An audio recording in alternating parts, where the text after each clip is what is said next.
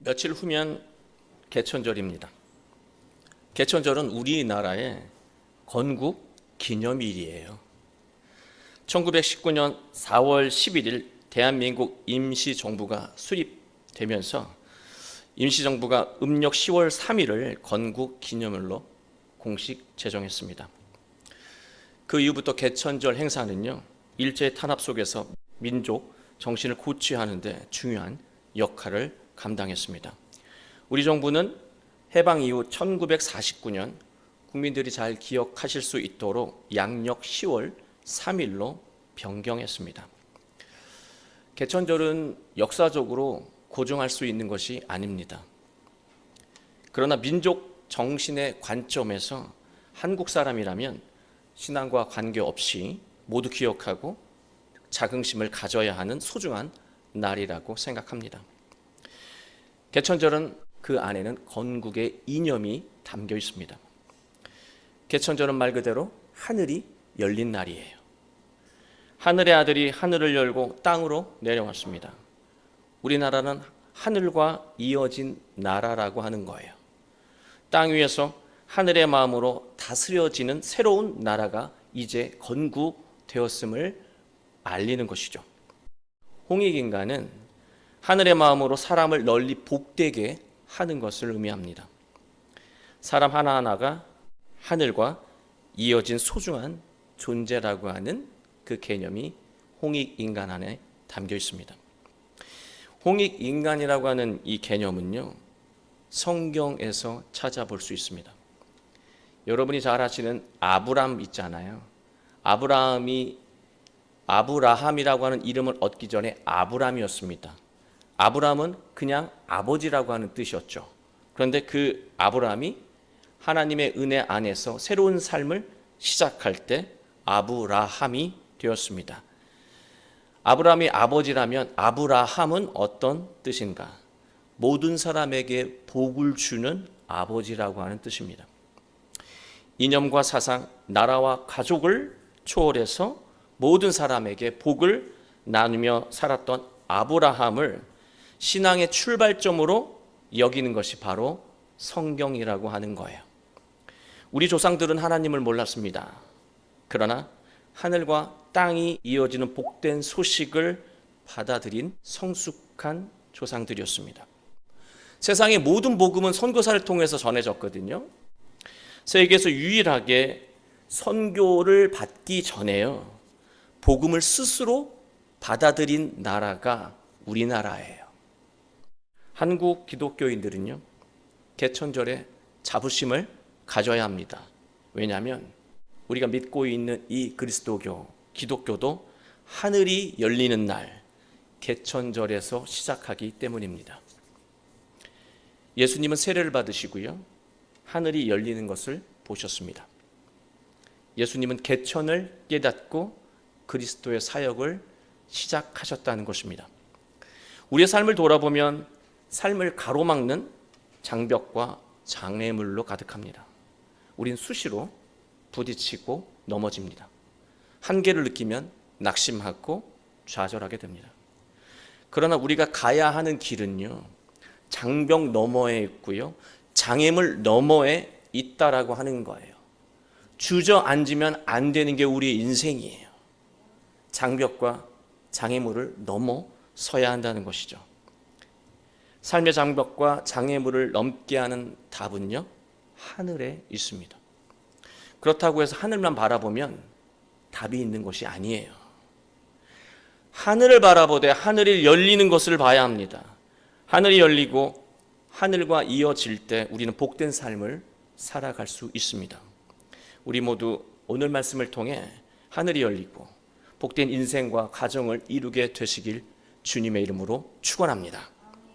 말씀의 배경은 이렇습니다. 유다는 로마의 식민지가 됐습니다. 유다 안에는요, 로마에 부역하며 이익을 얻으려는 사람들 위해서 군림하며 살고자 했던 대제사장과 정치인들로 인해서 신앙과 윤리가 부패했습니다. 이때 등장한 인물이 바로 세례 요한입니다. 세례 요한은 사람들에게 천국이 가까웠으니 회개하라고 외쳤습니다. 그리고 요단강 건너편 베다니에서 물로 세례를 베풀었습니다. 세례라고 하는 것은 말 그대로 물로 더러운 것을 씻는 예식이죠. 그게 바로 세례입니다. 세례는 자신이 더럽다는 것을 인식하고 인정하는 것에서 시작됩니다. 자신이 더럽다고 여기는 사람이 바로 깨끗해지고 싶은 열망이 있기 때문이죠. 그러나 반대로 만약 스스로 깨끗하다, 올바르다 여기는 사람은요, 세례가 필요 없다고 여길 것입니다. 회개할 것도 없다고 여길 거예요. 새로운 삶도 필요 없다고 생각할 것입니다. 따라서 세례라고 하는 것은 내가 하나님 앞에서 더러운 존재, 허물 많은 존재, 올바르게 살지 못한다라고 하는 것을 인정하는 사람이 받는 것이 세례이고, 그런 자가 세례를 통해서 새로운 삶으로 나아갈 수 있는 것이죠. 사람이 더럽다라고 하는 이 개념은요, 신체적인 더러움을 말하는 것이 아닙니다. 영적인 더러움을 말하는 것이죠. 물은 영적인 더러움을 씻어주는 말씀이고 가르침을 상징하는 거예요. 물로 세례를 받은 사람은 죄로 얼룩진 삶을 단절하고 하나님의 말씀으로 새롭게 사는 것을 의미합니다. 백성들은 세례 요한을 통해서 신앙과 삶의 방향을 정할 수 있었습니다. 세례 요한은 백성뿐만이 아니라 헤롯 왕에게도 많은 영향을 주었습니다. 그러나 헤롯 왕이 동생의 아내 헤로디아와 결혼하면서 세례 요한은 이 부정한 행위를 책망했고요. 이것을 괘씸하게 여긴 헤롯 왕은 요한을 존경했지만 감옥에 가두었습니다. 그런 후에 나오는 본문이 오늘 말씀, 바로 예수님이 세례를 받는 내용입니다. 우린 여기서 세 가지 질문을 던져야 합니다. 첫 번째가요, 죄가 없으신, 허물이 없으신 예수님이 왜 세례가 필요했을까? 두 번째 질문은요, 다른 복음서에는 요한이, 이 세례 요한이 예수님에게 세례를 베푼 이후에 감옥에 갇힌 것으로 기록하고 있습니다. 그런데요, 누가는요, 요한이 옥에 갇힌 것을 먼저 기록하고 예수님이 세례를 받은 것을 서술하고 있습니다.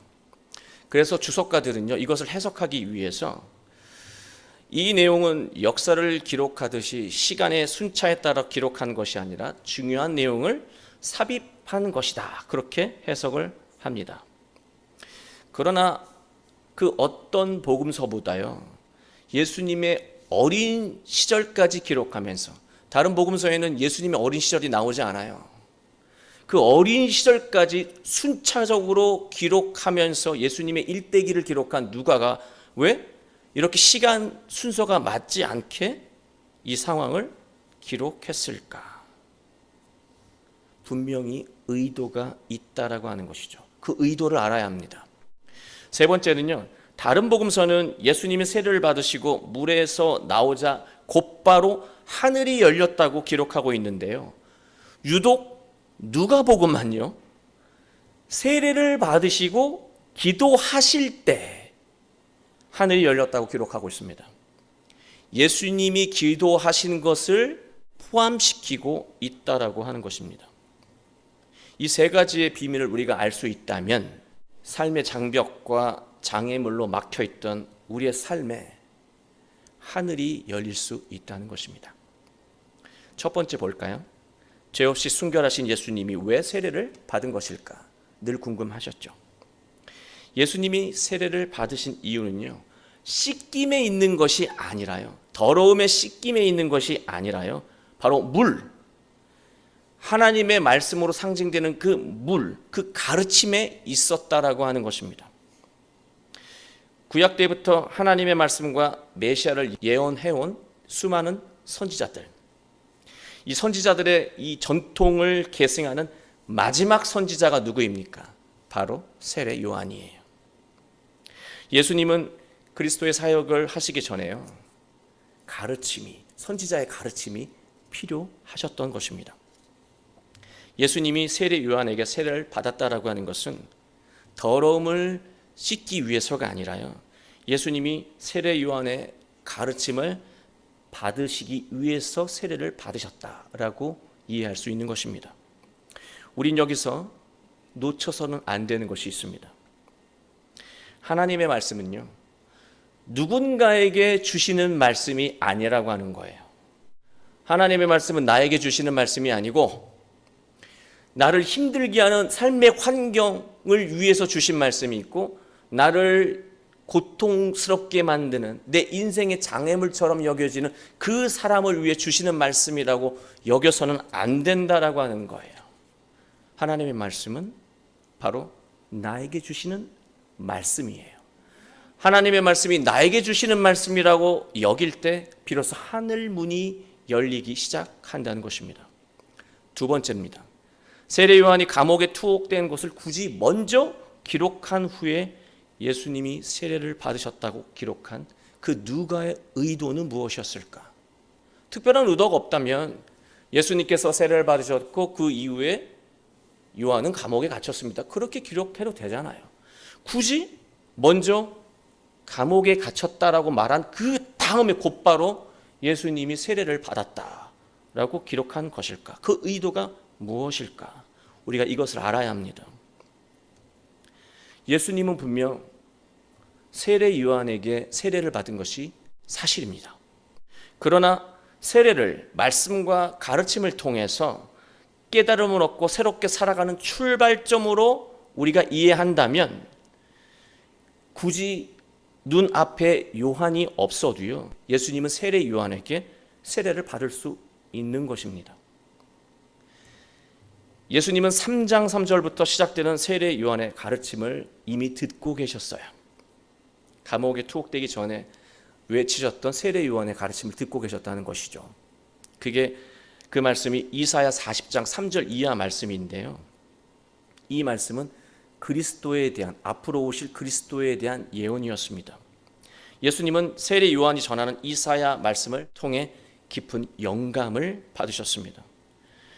이사야서가 예수님에게 어떤 책이냐면 예수님이 가장 많이 인용하신 성경이 바로 이사야서입니다. 그만큼 이사야서를 사랑하셨던 분이 예수님이셨어요. 예수님은 이사야서를 통해서 자신이 하나님과 이어진 하나님의 아들이고 그리스도의 삶을 살아야 하는 존재임을 확신하셨고, 그로 인해 구원의 삶을 살 수 있었던 것입니다. 예수님은 세례 요한이 전한 말씀을 통해서 깨달음을 얻었기 때문에 비록 가르침을 준 사람이 감옥에 있었어도 세례를 받으실 수 있었던 거예요.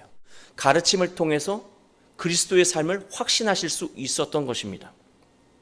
세례의 본질은 물을 떠서 머리에 끼얹는 예식에 있지 않다라고 하는 거예요. 세례를 통해서 하늘과 이어진 존재임을 깨닫고 새로운 삶을 살아가는 것이 세례의 본질적인 의미입니다. 하나님과 이어진 생각과 꿈을 꾸고 하나님의 자녀다운 길을 찾아갈 때 우리는 세상에서 만나는 장벽과 장애물을 넘어 복된 삶으로 나아갈 수 있다는 거예요. 하나님과 이어진 생각과 꿈, 내가 바로 하나님의 자녀라고 하는 그런 인식을 가지고 그 안에서 길을 찾으려고 할 때 우린 비로소 장벽과 장애물을 넘을 수 있게 된다는 거예요. 지금 삶의 장벽과 장애물에 넘어져 한계를 느끼고 계시다면 포기하지 마십시오. 세상과 이어진 생각과 꿈이 아니라 하나님과 이어진 생각과 꿈을 꾸십시오. 세상 사람들의 방식이 아니라 하나님의 자녀다운 길을 찾으십시오. 남들이 다 그렇게 해라는 삶의 방법을 버리고 하나님의 자녀다운 길을 찾으라고 하는 말씀이에요.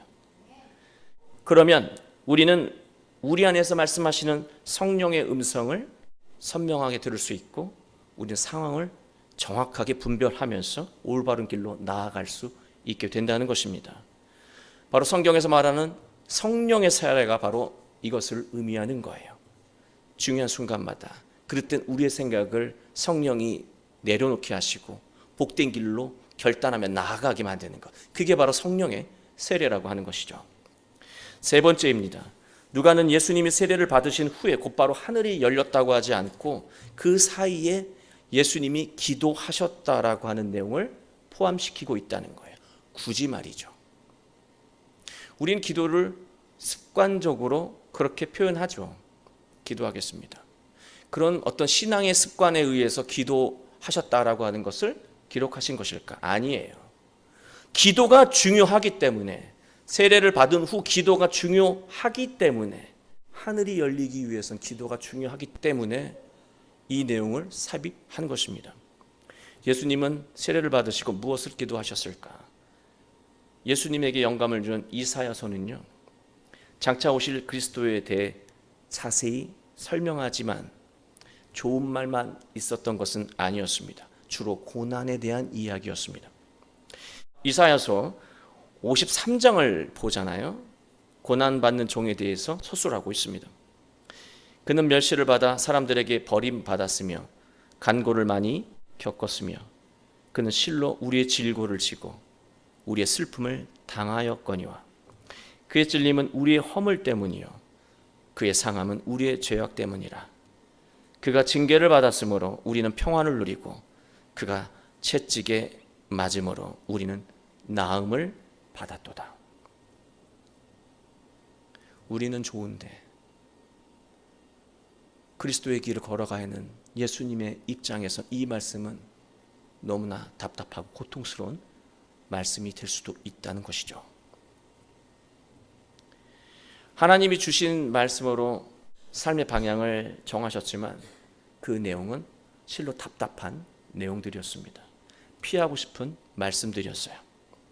우리도 사면초가를 느끼는 순간에 하나님의 말씀을 보면 이야, 성경에 이런 답이 있었구나 라고 한다면 성경을 잘못 이해한 거예요. 우리가 삶의 장벽을 느끼고 장애물에 넘어지고 사방이 우겨싸임을 느끼고 있을 때 하나님의 말씀을 보면은요, 기가 막힌 답이 아니라요, 답답한 말씀으로 가득하다라고 하는 것이죠.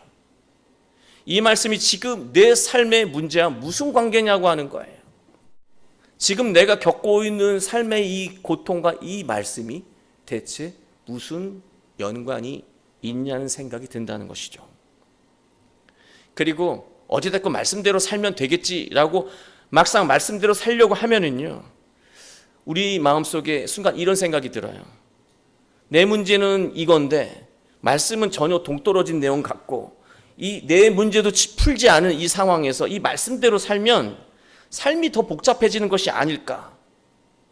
삶의 문제는 그대로 있고 내 삶만 더 지치고 고단해지는 것은 아닐까 하는 그런 의심이 들 때가 많다라고 하는 거예요. 예수님도 그런 생각이 들었다는 것을 우리 성경을 통해서 알 수 있습니다. 끊임없이 질문했어요. 끊임없이 물었습니다. 끊임없이 예수님도 피하고 싶다고 말씀하셨죠.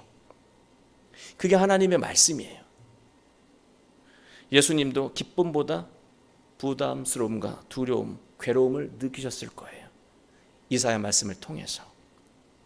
그래서 예수님은 기도가 필요했던 것입니다. 아까 말씀드린 대로 누가는 기도의 내용을 말씀하고 있지 않아요.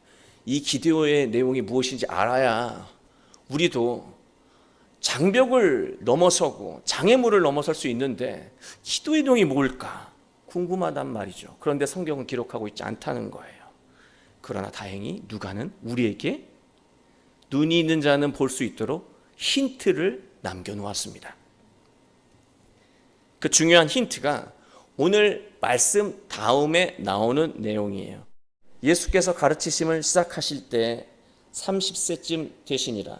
사람들이 아는 대로 요셉의 아들이니 요셉의 위에는 헬리오, 그 위는 마따시오, 이런 식으로 시작되는 거예요. 계속 거꾸로 올라가는 겁니다.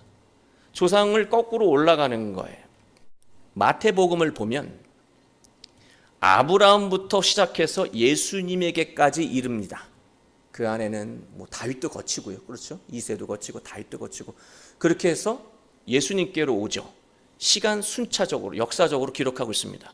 그런데 누가는요, 누구보다 시간 순서대로 역사를 잘 기록한 누가는요 거꾸로 기록하고 있어요. 예수님으로부터 어디까지 올라가냐면 아브라함으로 끝나는 게 아니라 어디까지? 하나님까지 올라가고 있습니다. 예수님은 하나님과 이어진 존재라고 하는 것을 누가는 밝히고 있습니다. 바로 여기서 예수님이 어떤 기도를 하셨는지를 우리는 짐작할 수가 있는 거예요. 무슨 말씀이냐면요, 예수님은 자신이 어떤 삶을 살아야 하는지 방향을 잡을 수 없을 때, 어느 길로 가야, 어떤 방식을 취해야 내 인생의 장벽을 넘어서고 이 장애물을 극복할 수 있을까? 그 방향을 잡아야 하는 그 중요한 순간에 예수님의 기도의 방식을 우리가 알아야 하는데, 내 인생은 하나님의 놀라운 계획으로 이루어지고 있다고 여기신 거예요. 기쁜 일이 있든 절망의 일이 있든 모든 일을 자신을 향한 하나님의 계획으로 여기셨다라고 하는 것이죠.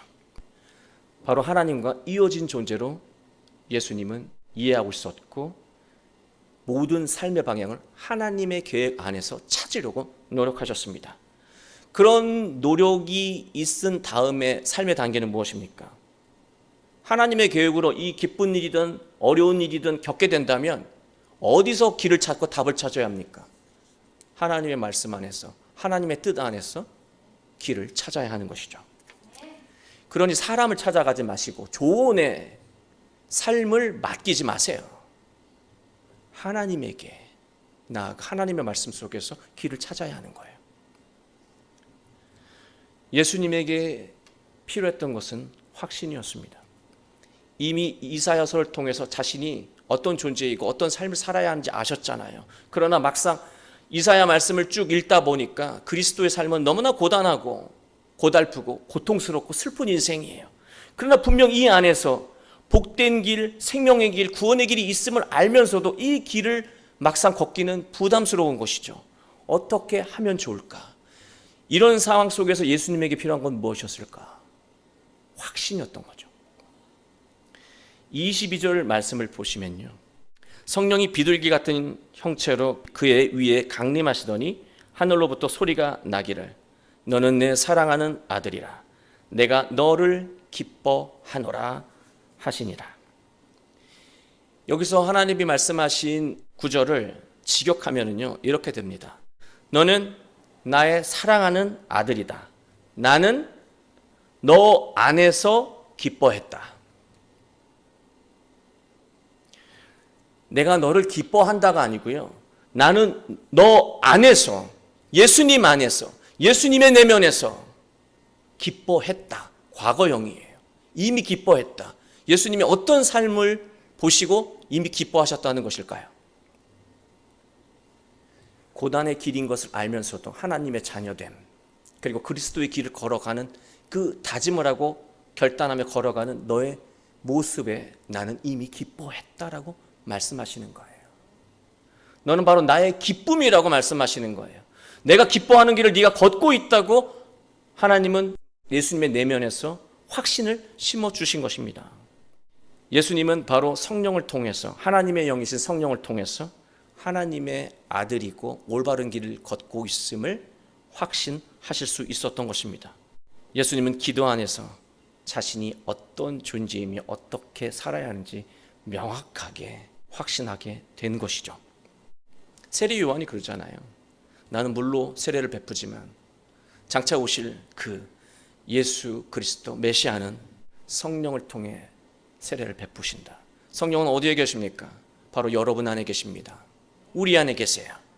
그 성령이 우리가 그릇된 잘못된 생각으로 엉뚱한 길, 잘못된 길로 가려고 할 때 그 생각을 내려놓게 만드시고 올바른 길, 생명의 길을 선명하게 보고 이끌어 가시는 분, 그게 바로 성령님이시고, 그 성령님의 음성에 순종하는 삶이 바로 성령으로 세례를 받은 것, 깨끗해진 것, 올바른 삶을 살아가는 것을 의미한다고 할 수 있는 것입니다.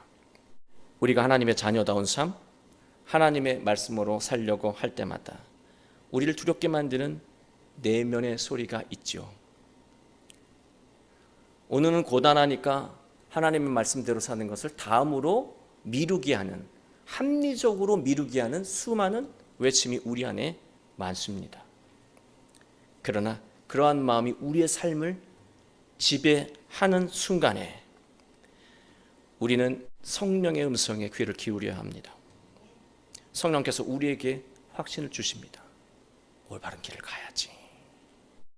그 길로 우리가 순종하며 나아간다면 지금 우리 앞에 놓여 있는 삶의 장벽, 장애물을 넘어 복된 삶으로 나아갈 수 있게 될 것입니다.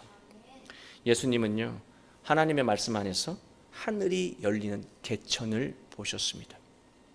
그리고 사방이 막힌 세상에서 로마뿐만이 아니에요. 같은 동포인 유다 백성들, 신앙을 이끌어야 하는 대제사장과 왕들, 그들이 다 부패해 있었습니다. 사방이 꽉 막힌 세상이었어요. 그 상황 속에서 어디로 가야 하는가? 그렇게 마음이 흔들릴 때 예수님은 하나님과 이어짐을 기억하시고 예수님 안에서 외치실 성령님의 음성에 귀를 기울이시며 흔들림 없이 구원의 길을 걸어가셨고 그로 인해 그리스도의 사역을 완성할 수 있으셨습니다. 사랑하는 교회 여러분, 우리의 삶을 돌아보면 장벽과 장애물로 가득합니다. 하나님 우리에게 수많은 말씀을 주시죠. 내가 장벽으로 여기고 장애물로 여기는 누군가에게 주시는 말씀이 아니에요. 내가 지금 힘들고 어려운 그 환경에 주시는 말씀이 아니에요. 말씀을 읽으면 갑자기 환경이 마법처럼 변해 있다? 그런 일은 일어나지 않습니다. 하나님이 주시는 말씀은 바로 나에게, 여러분에게 주시는 말씀이에요. 그러면요, 성령의 음성이 들리고 우리가 온전히 기도하며 하늘이 열리는 것을 볼 수 있게 될 것입니다. 우리가 하늘이 열림을 볼 수 있다면 우리 자신이 하나님과 이어져 있고 하나님이 예수님을 통해서 구원의 길을 이끌고 계심을 볼 수 있게 될 거예요. 그러면 우리는 어떤 장벽과 장애물을 만나더라도 때로는 넘어지기도 하고 부딪히기도 하겠죠. 그러나 절망하고 좌절하며 넘어져 있는 것이 아니라 다시 일어나서 결국 장벽과 장애물을 넘어서 복된 삶을 살게 될 것입니다. 우리 모두 예수님처럼 하나님과 이어진 존재임을 기억하고 성령의 음성에 순종하면서 승리의 인생, 복되고 아름다운 가정, 그리고 은혜로 충만한 교회를 이루게 되시길 주 예수 그리스도의 이름으로 축원합니다.